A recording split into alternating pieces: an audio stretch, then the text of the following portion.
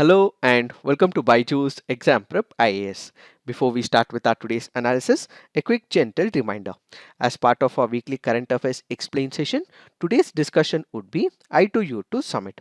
Please do tune in live on our YouTube channel at 8 p.m. so that you understand everything about this topic. Let's get started and look into the first article.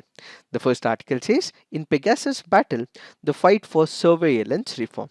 There is another article which also speaks about this Pegasus spyware. We will gel both these articles together and discuss as one single issue. First, we have to understand what is this Pegasus. Pegasus happens to be a hacking software. It happens to be a spyware. This was developed, marketed and licensed to multiple governments around the world by one of the Israeli company called as the NSO. So built and marketed by the Israeli company NSO, Pegasus happens to be a spyware that infects devices and spies on the victim by transferring data to a master server in an unauthorized manner. The company claims to sell it only to the vetted foreign governments worldwide. How does this process work? This is where we have to understand one of the concepts called as the zero click attack. What is the zero click attack? Let's say for example we have a hacker. The hacker wants to steal the information from your phone. So what does he do? He immediately sends you a message. So you as a person may not know that this is sent by the hacker because it seems to be a genuine message for you. So what do? You click on this message and there'll be a link that is given in this particular message. You also click on the message as well. So the minute you click on this message and that particular code gets activated, and he would be able to steal all the information. So one of the ways where a hacker would be able to steal the data is by sending you a message and you click on that message and immediately that tool gets activated. Added to it, a hacker can also make use of the mail as well. Let's say he drops an email to your inbox and you happen to go on to click another link that is given in this email, and this tool immediately gets activated. But when it comes to Pegasus, this happens to be a zero click attack. So what is a zero click attack? Even without you clicking that particular message or the email, they would be able to access your phone, steal the content from your phone, listen to what is happening in your phone, and ultimately give it back to the central server so that they are continuously spying on you. How do they make use of it? This is where we have something called as the zero-day vulnerabilities. What is the zero-day vulnerabilities? We have an operating system or you have a software as well. Let's say WhatsApp happens to be one of the softwares. So what exactly happens? This WhatsApp also has a code that is written, but then WhatsApp will not be able to discover that there is a bug or a problem or a loophole in its program, but the hackers would be able to discover it. So making use of this loophole, the bug that is existing in the WhatsApp, they would be able to take the data.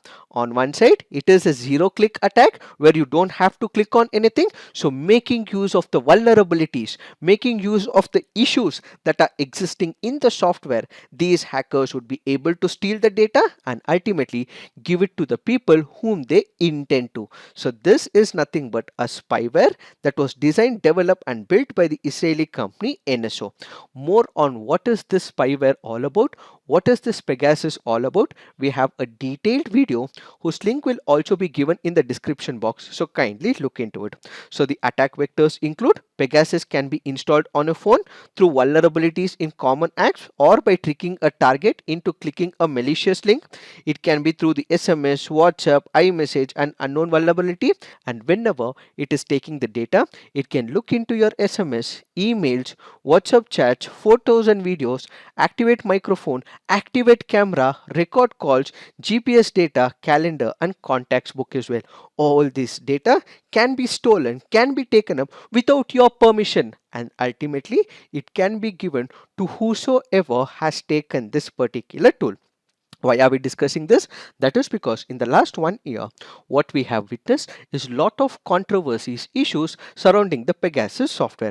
One of the leading digital news platforms reported that cell phones of at least 300 Indians had been hacked with Pegasus.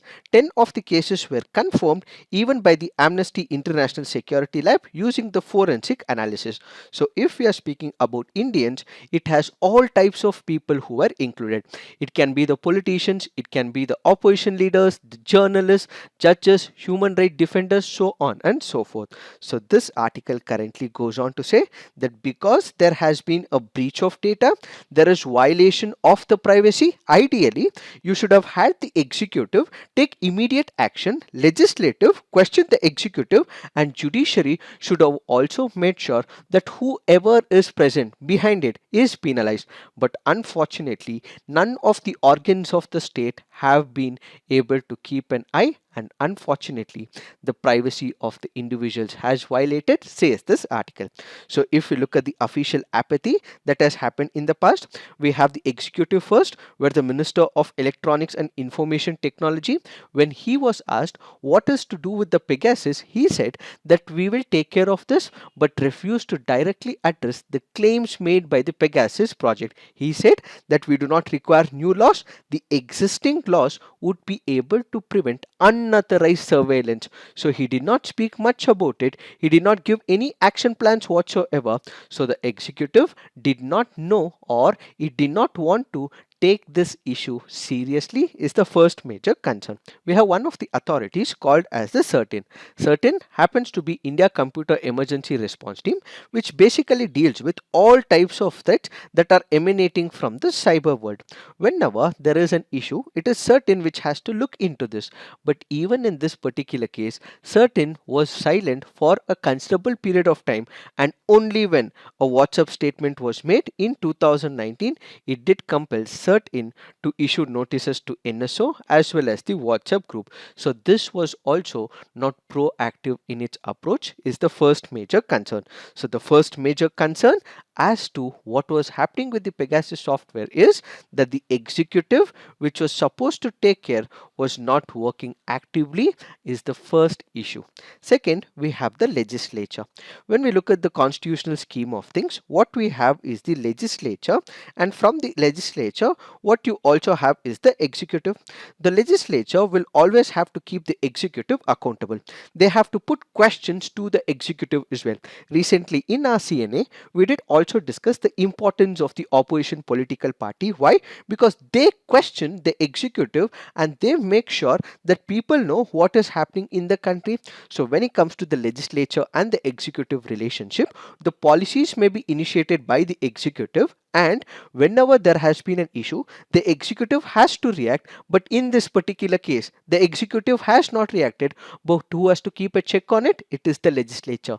Even the legislature has failed to keep a check on the executive, says this article. Separately, in multiple parliamentary sessions, you also had the opposition who saw, discussed questions, but ultimately this was not answered by the executive. So the legislature has also failed, says this article. Third is to do with the judiciary. The judiciary happens to be the last ray of hope. So whenever there is an issue where the executive has not responded, where the legislature has not responded, we have the judiciary which has stepped up as well. When you go back to the Vishaka guidelines, it was the Supreme Court of India which came up with the Vishaka guidelines, because we did not have laws when it comes to sexual offences that have been committed against the women when it comes to the working areas. So it was the Vishaka guidelines which was given by the Supreme Court. But in this particular case, the executive is not taking care. There is no legislative backing as well. So judiciary should have done something, but judiciary also was not able to do something to this particular case where privacy was violated. So the judicial response was appointing a technical committee which was headed by Justice R.V. Ravindran, where it asked that these are the issues with respect to the Pegasus. So if Pegasus was used on the Indian people, was there any eavesdropping? Was there any information that was collected from the Indians? Was the objective that was given to this technical committee. But the technical committee has yet not given the data. 8 months have passed and the committee is yet to arrive at any findings whatsoever. So this basically means even on this front, the judiciary has failed, says this article. When you look at what was happening in the world earlier, we have one is called as the Watergate moment, where it happened in the United States of America. When the minute Watergate issue happened in United States of America, every other organ of the state was held accountable. This Pegasus is also called India's Watergate, but unfortunately, none of them have been held accountable, says this article. This is what has been the response of India, and unfortunately, we continue to remain silent, says this article. When you look at responses given by multiple other countries, we have Israel. It set up a senior interministerial team to begin an investigation, while the foreign minister said that the government would work to ensure that Pegasus did not fall into the wrong hands. In France, it ordered a series of investigations within a day of revelations. Its cybersecurity agency did confirm the spyware had been used to target French citizens. In United States of America, it added NSO to its entity list for malicious cyber activities, which restricted the ability of US companies to export goods or services to NSO. And in United Kingdom, the spyware company implemented a change to ensure that Pegasus could no longer target United Kingdom. These were the approaches, action plans initiated by multiple countries the minute they got to know about the spyware. But India has not initiated such moves is another major concern voiced by this article. So the lack of accountability has spurred further violations, says this article. What are these violations? Well, the Pegasus victims in India wait for answers. There are documented instances of advanced spyware being used in India against the human rights defenders. So Pegasus happens to be one spyware. There are many other spywares as well.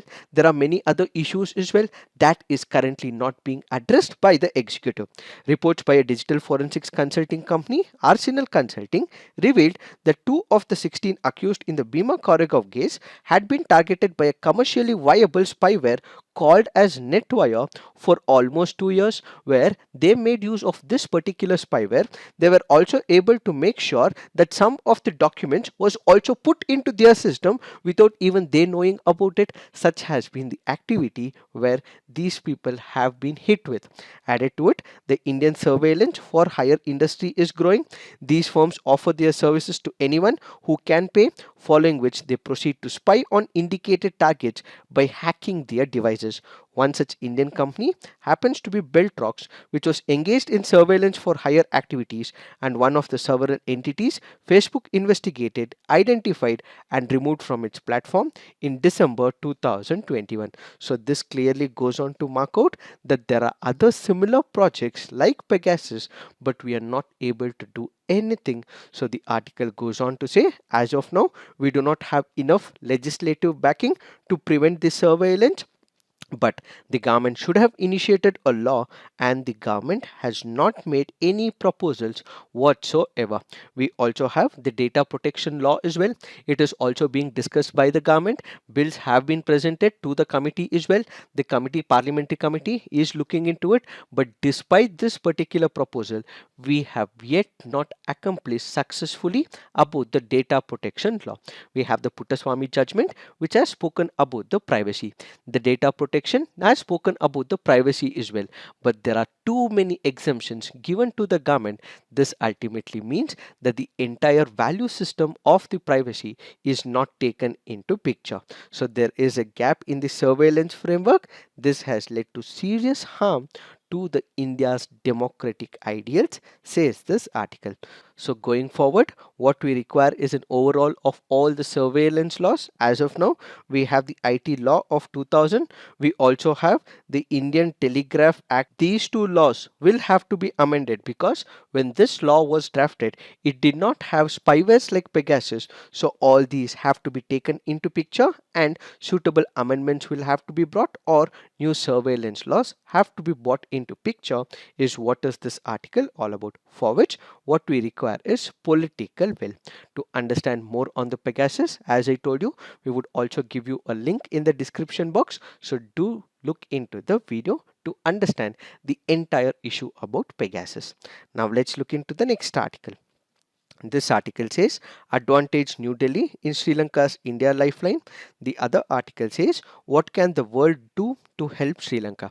Both these articles are speaking about the economic crisis that is unfolding in Sri Lanka. Let's merge it together and discuss as one single issue. When we speak about Sri Lanka, what is happening right now? There is a lot of economic crisis in Sri Lanka. Large scale inflation, they're not able to have enough amount of money. Their foreign reserves have reduced over a period of time. Skyrocketing prices, people do not have the food to eat. Inflation has hit very hard as well, and as a result they had economic crisis. This economic crisis also led to political crisis as well.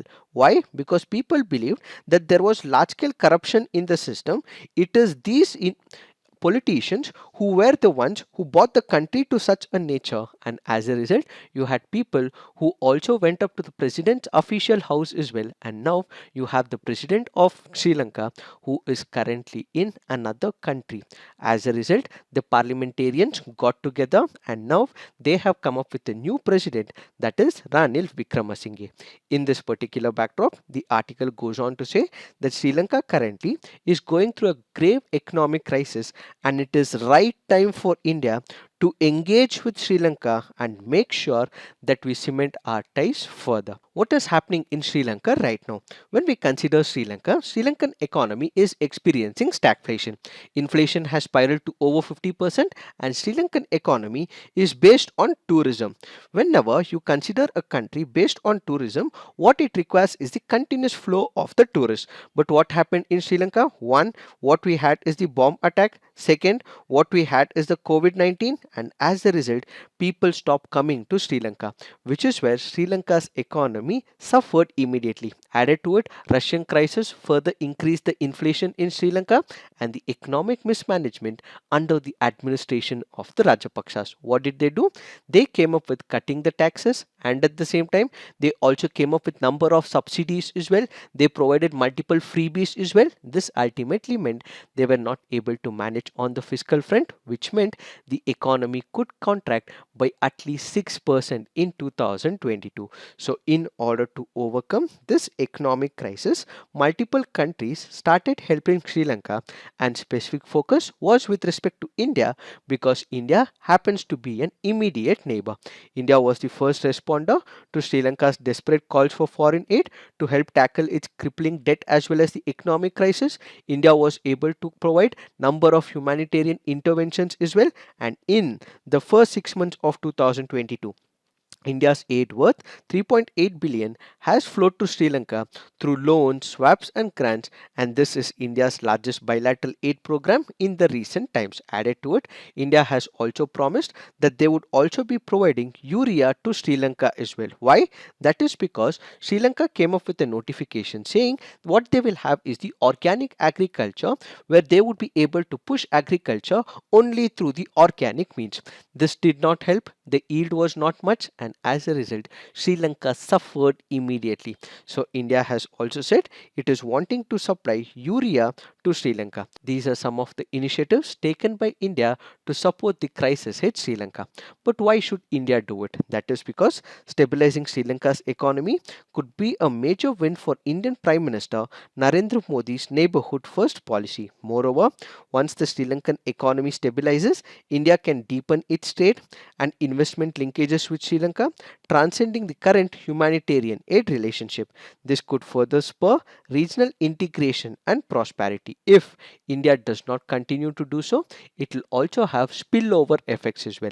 What is the spillover effects? One, what we will also have is the refugee crisis. We know for the fact from Sri Lanka, they would be able to travel to India and they will immediately start entering the Indian state of Tamil Nadu, and large number of people will start entering India. This could result in refugee crisis, and India will not be able to stop them. So instead of they coming to India, in order to prevent them from coming to India from Sri Lanka, India is providing all this aid. On the other hand, unstable Sri Lankan economy could also be a security threat as well.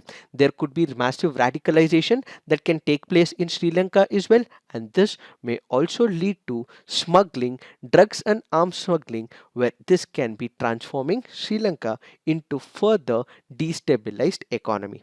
In order to prevent all of these, one, to prevent the refugees and also to prevent radicalization in this particular area by the extremist ideologies, India has taken up the initiative to provide aid of about 3.8 billion to the Sri Lankan government. Whenever we are speaking about economic crisis in Sri Lanka, we also have to take into picture China as well.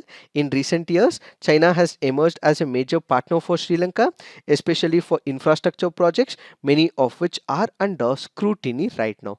Now the question is, India is supporting the aid. It is also providing humanitarian assistance. Why is China not doing so? That is because many feel that if China starts doing this with Sri Lanka, there are many other countries which have also taken loans from China. Those countries could also start expecting more from China. In order to prevent it, China is not engaging in any activities with Sri Lanka. This basically means that India will have to make sure that India is providing all humanitarian assistance to Sri Lanka. This provides an opportunity for India to upscale its aid and cement its first mover advantage over China by leading an aid consortium for Sri Lanka, working closely with other friendly countries such as United States, Japan and the European Union, as well as the International Monetary Fund.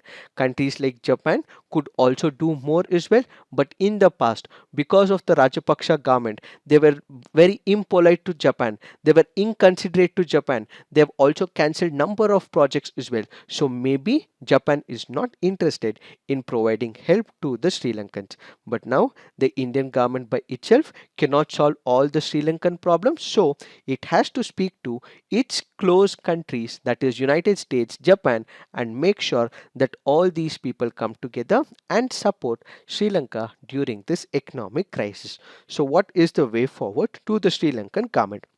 The government must show that it is serious about stabilizing the economy by concluding talks with the IMF. In case IMF puts up some criteria, the same will have to be brought into implementation as well. So they basically will have to stabilize the economy by increasing the taxes, cutting down on the utility prices, raising the revenue, increasing the interest rate so that they can control the inflation. But at the same time, they also have to take care the welfare expenditure of the poor people. It has to implement structural reforms to make the economy more open to trade and investment and allow market forces to determine resource allocation. This basically means that whenever IMF is giving loans to another country, it asks that country to make few structural reforms. One of the structural reforms is to allow the market forces to come into play, and at the same time they also will have to liberalize on the tax structure. They have to open up their economy as well, and they have to reduce barriers to trade and investment, cut down the red tape that is hampering the growth, and ultimately all the loss making state owned enterprises which are owned by the government should also be privatized as well. It has to build national consensus on implementing the IMF program and reforms by explaining that this is the only solution to the crisis. It has to restore the rule of law and enforce strong anti corruption policies as well. This means that in case there are politicians who are involved in corruption, these people will have to be thrown behind bars. It has to reset foreign policy towards a more neutral direction and away from the pro China stance of the Rajapaksas. So, this basically means that India can step in immediately and cement its relationship with Sri Lanka. So, what they require right now is the political will, and set the policies right is what is this article all about. Now, let's look into the next article. This article says, Madam President. The article here is speaking about the election of Draupadi Murmu, who happened to become India's 15th president. It is in this particular backdrop. The article goes on to say, with her election, there are some significant aspects that we would be able to derive. In the 75th year of country's independence, what we will have is the second woman to occupy the Rashtrapati Bhavan and the first member from the tribal community. She happens to represent the Santal tribe, and it is here that the article goes on to say that her election to the highest office of the country comes 101 years after two tribes people were elected to the legislative bodies in the colonial India. Jaipal Singh Munda, spokesperson and tribal leader, was a prominent member of the Constituent Assembly who forcefully articulated the fears and hopes of the tribal people. And now, because she is elected as the President of India, she becomes the first citizen of India. This is a milestone in the journey of tribal empowerment, says this article. She has certainly become an inspiration to number of people, to the women, to the tribal sections and the poor people in the country, and it is a moment of pride for India, says this article. However, the article also goes on to say that it is not just about one person, it is about the tribal society in large. In case there are any issues with respect to the tribal society, the same should be focused on and all their rights will have to be reinstated, says this article. Some of the measures that India has taken after independence and in the constitution includes fifth and the sixth schedule. In 2000, we also came up with two separate states as well in the form of Jharkhand and Chhattisgarh. That is because of the large scale tribal population. We wanted to empower themselves as well, and at the same time, we also came up with the recognition of the Forest Rights Act in 2006, and more measures will have to be taken by the government going forward and all their rights will have to be provided, says this article. It is this that we have to understand with respect to this article. Now let's look into the mains practice questions. The gaps in an intrusive surveillance framework are causing severe harm to India's democratic ideals, compelling a comprehensive surveillance reform. Discuss. To deepen trade and investment linkages with Sri Lanka, India can explore the option of increasing humanitarian aid. Examine. So please write all your answers on the comment section, peer review, and do give positive feedback to your friends' answers. So this is it for today. Thank you for watching. All the best.